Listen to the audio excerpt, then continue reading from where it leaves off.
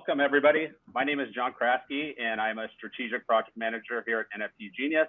I'm super excited to welcome everybody to the At the Intersection of NFTs and Hollywood panel. NFTs have the great potential to revolutionize creator-consumer dynamics and redefine what is possible in the entertainment industry. We have some of the most influential individuals in Hollywood to help explore the unique intersection between NFTs and Hollywood, from the infinite possibilities of NFTs in film and television to the growing adoption of NFTs by major celebrities. I'll quickly introduce everyone and then we can jump into some questions. First, we have Leslie Silverman, who is a digital assets agent at leading global talent, entertainment, and sports company UTA. Silverman was UTA's first full-time digital asset agent and has helped launch over a dozen NFT projects for clients including Halsey, Cascade, Haas Brothers, and Clutch Sports Group, among others. Silverman previously worked as a fine arts agent prior to joining UTA and worked as an art attorney at Glasser Wheel and as an employment litigator at Littler. Next, we have John Weiser. I do not see him, but I know he's here somewhere. He is the president of First Run Television for Sony Pictures Entertainment. On the production side, he identifies talent and IP and develops, sells, and produces new shows for TV syndication, cable, and all streaming platforms. On the distribution side, he handles all new feature films and television shows across all platforms and business models, encompassing a library of 350 TV series and 4,000 featured films. Additionally, he leads the studio's cross-divisional NFT strategy team, tokenizing the studio's IP for shows such as The Boys, Breaking Bad, and Cobra Kai.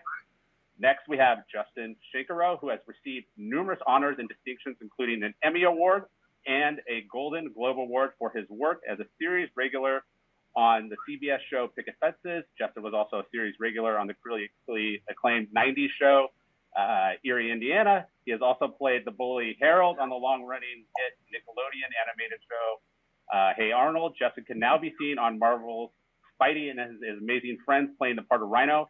Justin is a Stanford graduate with an MBA and recently launched an NFT autograph company called Hash Inc. Hash Inc. is the modern version of signing autographs for celebrities.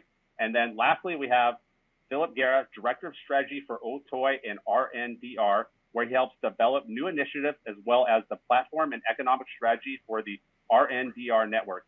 He is a graduate at the MIT Sloan School of Management and has previously worked for IMAX Lab, Brown University's Watson Institute for International Studies, and as a documentary filmmaker. Otoy's Academy Award-winning technology is used by leading visual effects studios, artists, animators, designers, architects, and engineers, providing unprecedented creative freedom, new levels of realism, and new economics in content creation and distribution powered by the cloud. Over the past decade, Beeple has used Otoy's Octane renderer to create most of the everyday renders featured in the first 5,000 Days NFT, which was sold for $69 million. So we will start with Leslie. Leslie, we have seen a number of Hollywood celebrities get involved in the NFT space, from Paris Hilton to Ashton Kutcher to Jay-Z. What is the value of mainstream celebrities adopting NFTs, and is there a downside? Well, first of all, thanks for having me. It's good to see all of you this morning or afternoon, depending on where you are.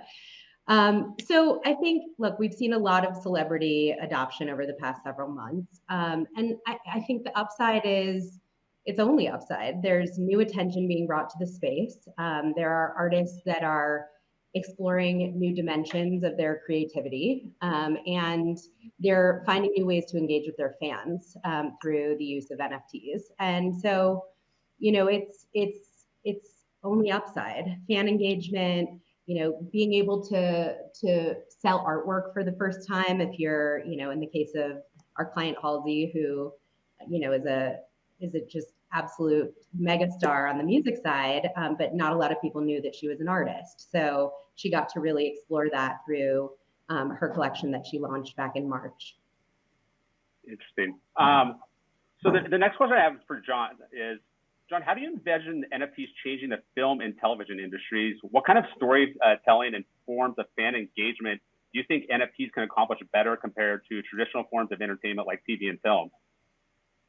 That's a lot of stuff packed into a sentence, but I'll address what I can of that. I would say that as each new way to express or show content has appeared on the landscape, go from TV to cable, from cable to streaming, AdVOD, SVOD, premium, PVOD, every type of business model out there. One way, an unsophisticated way to look at this, but analogistically help to onboard people. This is, for us in Hollywood, our job is to work with artists or creative people, interpret their creative expression, and figure out a way to monetize and express it in a marketplace.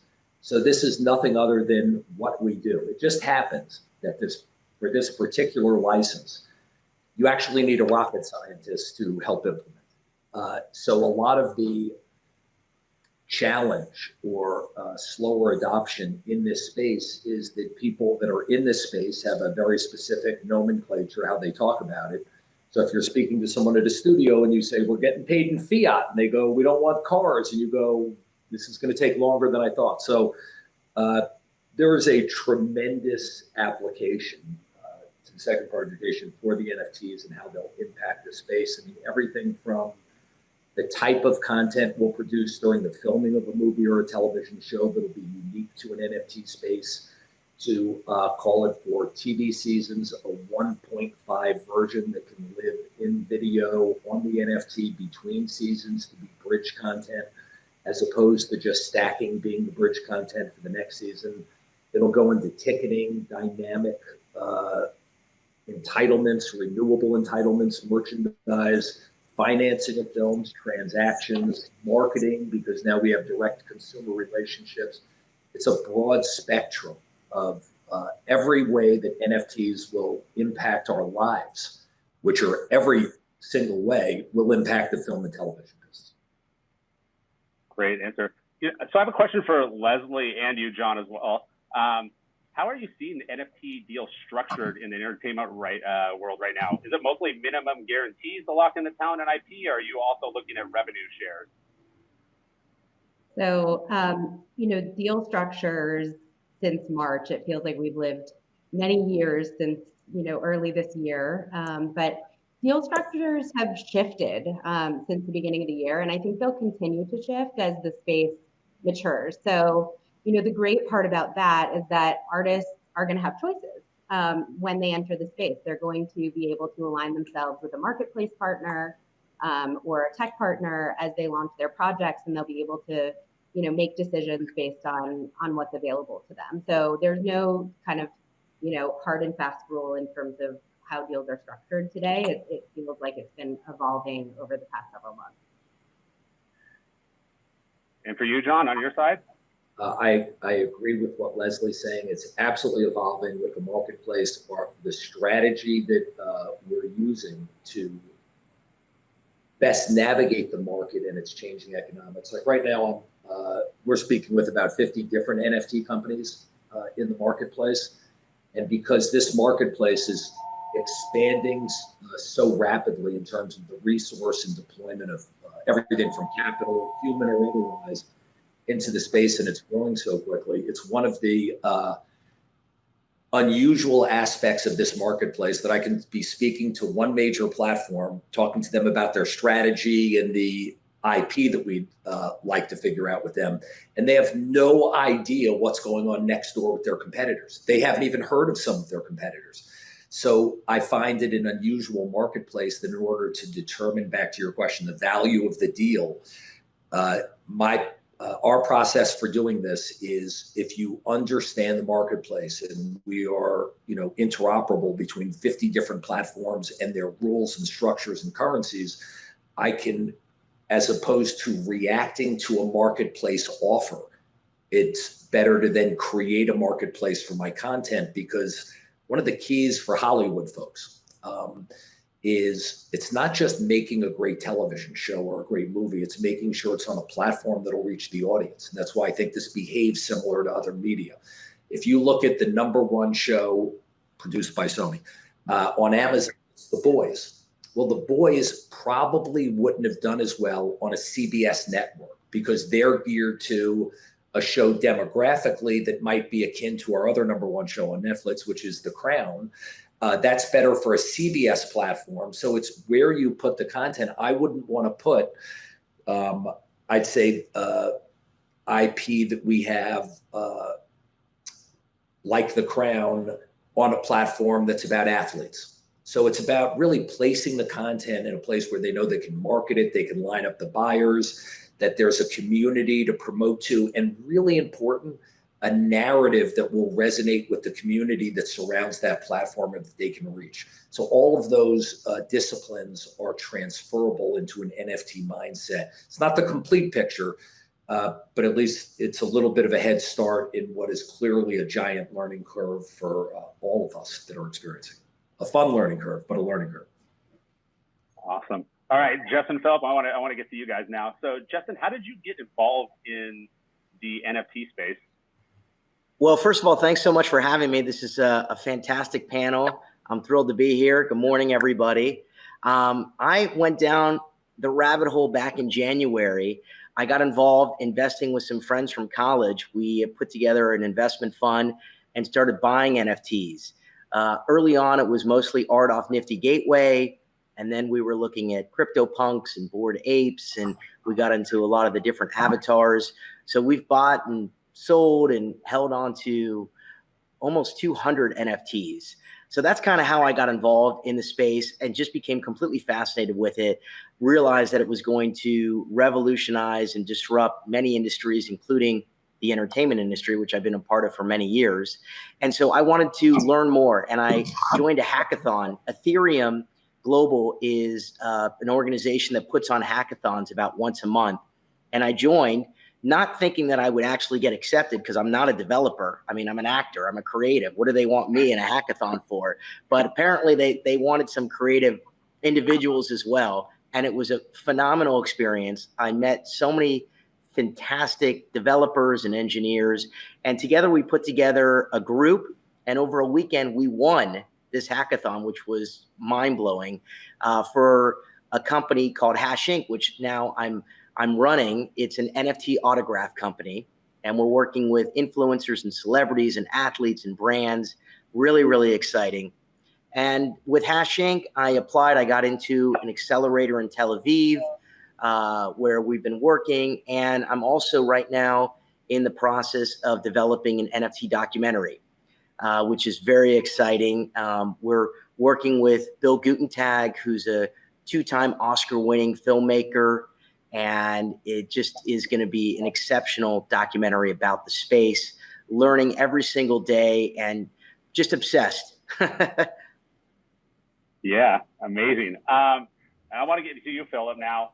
So could you explain a little bit more about how the OTOY technology is supporting the NFT world? Because one of the biggest questions I get from people entering the NFT space is, do you know any great NFT artists? And it seems like you guys have sort of the gold standard in NFT art technology, and was curious, are you guys doing anything to support the incubation of the kind of that next generation of great NFT artists? Yeah, definitely. So as mentioned in the intro, a lot of who's who in the NFT space are using our software and our platform to create NFTs. Render is a peer-to-peer GPU computing network, and what it allows you to do is anyone with a modern GPU can contribute their idle GPU processing power to the network and render out the next generation of 3D content. We've seen this enormous opportunity to put to use all of the GPUs that are doing proof of work cryptocurrency mining, just processing trivial hash functions. Instead, put that towards rendering out 3D content, NFTs, the next generation of media, augmented reality, and holograms. The network is built on top of Octane Render, which was the industry's first GPU render engine. And what that allowed people to do is anyone from their home studio could create Hollywood level quality images from a home workstation. And that dramatically democratized the visual effects and 3D industry. And you saw the rise of artists like Beeple creating everydays using our software. Pac, Buck Render, Blake Catherine, a lot of people who've now gained prominence in NFTs started using Octane, and I'd say probably $500 million worth of NFTs been sold using from artists using our software. We're working towards empowering artists to really create the next generation of NFTs, moving beyond like a JPEG or an MOV to something that's really dynamic, where the entire 3D scene graph is on chain, and it enables you to create a type of NFT experience where you can walk into an image or interact with it in VR and AR, and have that all tracked on the blockchain. And we see, you know, our software being a really great source of experimentation, we've seen artists like Render create metaverses. He just launched Renderverse, and I think that's really the tip of the spear of what's possible in the NFT space. You can, as an artist, create your own sort of virtual world where you engage with your collectors, your fans. You can make it fully interactive, fully immersive, and really a living, breathing work that grows over time. And we're excited to power all of that going forward. Amazing. Philip, I also see that Beeple is on your board of advisors now. Could you describe that partnership in a little more detail? Yeah, so I mean, we've had a close relationship with Beeple for like almost 10 years. And he's done everything from helping advise us to improve our software to now being a creative consultant on some of our upcoming initiatives. He's working with us going forward with NFTs to really help develop that next generation of NFT. And where we see an enormous opportunity is in holographic NFTs. So imagine, instead of just viewing a JPEG or an MOV file on a 2D screen or on your phone, actually owning a hologram, that is created by one of your favorite artists. We think that's really going to be the bridge between the digital and the virtual world, because it gives you something almost tangible but is fully digital. It will have all the properties of digital art, which is composability, the ability to develop on top of it, but also be able to be exhibited publicly, without having to show someone your phone. Instead, you see this remarkable image. All of that takes a ton of computing power and processing power. And especially if you want to democratize it and make it accessible to a lot of creators. And so that's where the distributed GPU rendering platform that we've created also plays an important role. Wow, amazing. Back to you, Leslie. I have a question. Dan Harmon's Krapopolis is going to be the first ever animated TV series curated entirely on the blockchain, and marks Fox's debut move into the NFT business. Besides this, what are some other real use cases of NFTs that you see currently being implemented in Hollywood?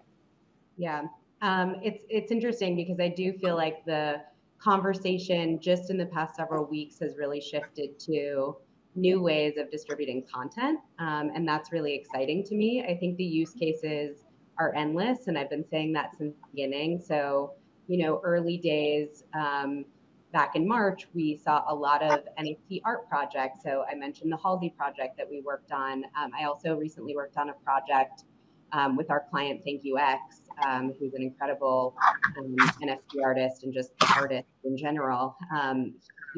His dream was to collaborate with Hans Zimmer, and we connected the two of them, and they created these beautiful art pieces that were sold at Phillips just a couple weeks ago. And so, I think new use cases for NFTs include just very simple collaboration. Like, it's incredible to see the collaboration that's happening in this space.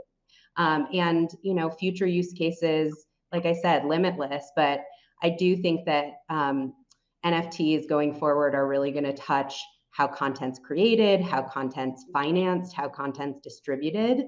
And I see John shaking his head to that, but it's true. I think, every major studio, major record label is jumping into the space feet first. And it's because there's just, NFTs are incredibly dynamic, and I think artists will always lead the way and identify what those use cases are first. We've seen that, in so many examples, including some of those that Philip talked about. Like, artists will always lead the way, identify how we're supposed to be thinking about this next, and they'll set the tone, and we're gonna, shape business around that, and that's really exciting to me. Yeah. So this is a question for all the panelists. What percentage of clients truly understand what an NFT is, and what percentage of your portfolio is like looking at NFT opportunities, and how much education are you having to do with these clients in terms of NFTs? So that's something we seem to have to do quite a bit on the front end. I feel like that's more a question for me, since I'm dealing with, the agency master of clients. But I will say that, maybe November, December of last year, I would say the percentage was in the single digits. And what people's everydays did for the industry in March, and so many other artists that followed that, is they generated awareness for this space. I think you can't go anywhere and find anyone who doesn't know or hasn't heard the term NFT. The awareness is just going to grow more and more over time. I can't identify like a particular percentage, but I've talked to, I would say hundreds, if not more, of the agency's clients to date, and so many others. I mean, we're signing, clients who are endemic to the NFT space specifically too, which is also a really exciting new development for our business. I would say that, there really isn't a definition for what an NFT is. I think it's still an emergent space that is being defined. And so, I think a lot of the definition of what it is, it has yet to be done. It is going to be created by creatives. And one of the things that we've seen in the Octane and the render community is creators actually starting to become programmers and starting to learn like Solidity, learn smart contract development, and build that into their art practice. And I think that that's going to change both the language of digital art, but also, the language of NFTs. And it's really experimental. There is no boundary to what it can be. And I think for that reason, it's extremely creatively empowering. You can actually do things that are almost like on the edge of what can be imagined, and that's extremely exciting to see creatives start to become developers that are building experiences that are almost akin to like platforms on their own, and it's built around art, it's built around creativity rather than the sort of Web 2.0 type of engagements that we've had previously. And when we're speaking to call it actors, producers, folks involved in creating the IP to explore the NFT opportunity, education is the critical step, because they've all heard about it from their friends or read about it or think they want to be involved. And, you don't want to ask them in what way, because they need a little bit more guiding through the process. But no one should wait to get in. The truth is, this is our future. So it's like people of a certain age, I'll include myself, probably could have gotten into just basic computer language earlier. And I waited till it was on me and then adopted everything. With NFTs, we know it's the future. So the truth is, if you, again, draw it back to a media market, if our studio, we were involved with the good folks, Ted Sarandos and everybody at Netflix from day one. And we experimented in this evolving marketplace. Thank goodness we didn't wait till the marketplace was up and running and defined and secure, because it's still not. As Apple and HBO Max, it's constantly evolving. So to get in early when it's less crowded, and I don't say that, I'll explain that in 1 second, but to get in now, when you have the luxury of 99.9% of people not knowing what they're talking about, and the other 1%, we're all trying to figure out who does know. But it's the right time to get in. You'll get an early education, and that will leverage a lot of things going forward. And when I say it's, Mark Cuban had brought up really, I think, many important points, Mark. But one of the things that caught my attention was when he was talking about the consolidation. And the truth is, when I'm speaking to the 50 platforms I'm talking to, and I know there's 50 more I haven't gotten to, the fragmentation is enormous, and that always leads to massive consolidation of the weaker ones. So we're going to see talent, resources, and everything spreading out across the blockchain, then consolidating into superpowers. Those superpowers will have defined missions out there. You don't go to any major platform that displays IP and it's wildly fragmented and you know what that brand is.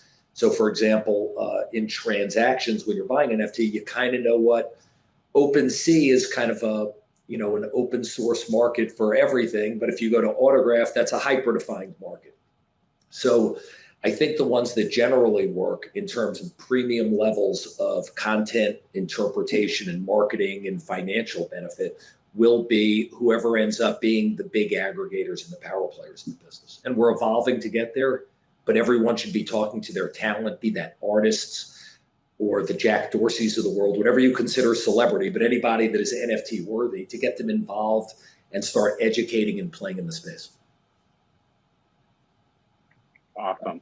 I think we only have a few more minutes, but Justin, I just wanted to know about any interesting NFT project that you're currently working on. Well, you know, it's interesting. I just got into the space back in January, which doesn't seem that long ago. However, in the NFT world, it seems like years ago, as the space transforms every single day. And my life is spent primarily on Discord and Telegram and talking to various people. I'm working on some exciting projects. I'm working with a pseudonymous art collector. As many of you know, in the NFT space, you have these pseudonymous multimillionaires and billionaires. And one of them, his name is Lupify. He's a big influencer in the NFT space. He's starting an animation studio, and I'm advising on that project. He's working with the Bored Apes and a couple other avatars, and we're going to create a cartoon, finance it via Mirror or DeFi through a token, and then hopefully distribute it on a Netflix or a centralized distribution. I'm also advising on another kind of animated project, very cool, Supducks. I don't know if you're aware of Supducks. They're an avatar project that was released recently. Fantastic. And we're looking to make that a cartoon. And of course, my NFT documentary. I'm full force in that. I know it's going to be tremendous. Working with Bill Gutentag and a fantastic team at Anonymous Content. So really excited about that. And the future is very bright. We're in the beginning, and there is so much more to learn and to grow. Awesome. And then just one quick question for all the panelists. What do you see as like the biggest, we can start with you, Leslie, biggest challenges and opportunities in the NFT space in the next year? Oh, I think it's all opportunity. I think everybody, you know, talked about how it's early days, and I think that's absolutely true. I think we're just, you know, again, however many months in we are past this sort of point of more generalized awareness of the space. It's still early, and we're still understanding all of the power that exists, not just in NFTs, but in the digital asset space more broadly. So it's all upside. I think that we're all going to learn as we go. But I'm so excited about all of the new tech companies that have sprung up, you know, to support blockchain economies and projects, and all of the NFT marketplaces. You know, we were talking to a handful of them back in January, February, and now there are so many ways that you can release content. So yeah, all upside, so much opportunity, so many areas that can be improved upon. And I see so much innovation happening in this space, and it gets me really excited about the future. What about you, Philip?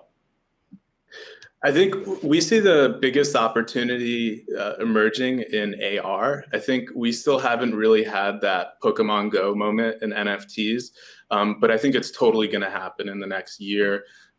We have just launched our render engine running on mobile phones and being able to show ultra realistic 3D content in AR on an iPhone at the highest levels of quality. And we really think that's going to blow people's minds. So AR NFTs, I think, are also powerful because they're, again, a bridge between the physical and the digital world. You could have clothing that has AR properties. You could start to build in AR holograms to physical venues, to retail stores. on the outside of buildings. You put up your phone and you see an AR hologram. And we see that's really going to be sort of like the start of the quote unquote spatial web and metaverse, where, AR is somewhat of a bridge tool between the physical and the digital world. It's kind of like that link. One of the challenges will be, well, what happens with all of the Gen 1 NFTs, like the JPEGs and MOV files? People have built some pretty awesome galleries in Decentraland and crypto voxels. But we're, again, also working on developing tools so that render jobs that have been created with our software and on our network could again be up-rendered and sort of re-displayed in immersive in AR at the next resolution standard, whether it's 8K or 16K. And you, as the owner of that initial JPEG, you would still have some kind of rights and presentation to that next generation output. Super Amazing. cool. I just wanted to add one thing. I was listening to the panel prior to us about the history of NFTs, and there were several venture capitalist investors within that panel. And they were talking about how a few years ago, they would look at one NFT deal and perhaps they invested in one NFT or two NFT companies. And now they're looking at a plethora and they're investing a tremendous amount of money. I've actually invested in an NFT-focused venture fund. And if you look at the investment that's coming into this space, it's in the hundreds of billions. So I think the future, as Leslie mentioned, is incredibly opportunistic. We're in such a growth phase. I can't even imagine where the space is going to go. But I love Philip's idea earlier of holograms. And I want to see a hologram of myself. I hope it's going to come soon. That's fantastic. So I think we're in early days and the future is very bright. Thank you. And John? Oh, well, from opportunity and stuff to watch out for, I think there's so many, I could list dozens of opportunities that we've all talked about, from the first time of resale value to direct to consumer relationships, marketing, financing. I would just say that the biggest opportunity is also the biggest thing to watch out for. And it's true through every line of business I've been involved with, which is when we think of NFTs in this space, in the collector space, not in the financial markets or real estate markets or medical, it's just always think of what will delight the fan. Because if you can delight the fan on the purchase, everything else can be optimized and fixed. If you screw up what the fan gets and they're unhappy because their coins are not interoperable between chains, or what they actually get doesn't blow them away, they don't care about any of your process. So just if we all stay on what's going to blow a fan away and get them to post about it, everything else can evolve along with that. That's the one thing that can't be compromised, the end user experience. Amazing. Well, thank you so much. This was such a great panel. Hopefully we can do this again soon. I think we're off to the next panel. So thank you, everyone. Thank you. Thank you. Take care. Bye.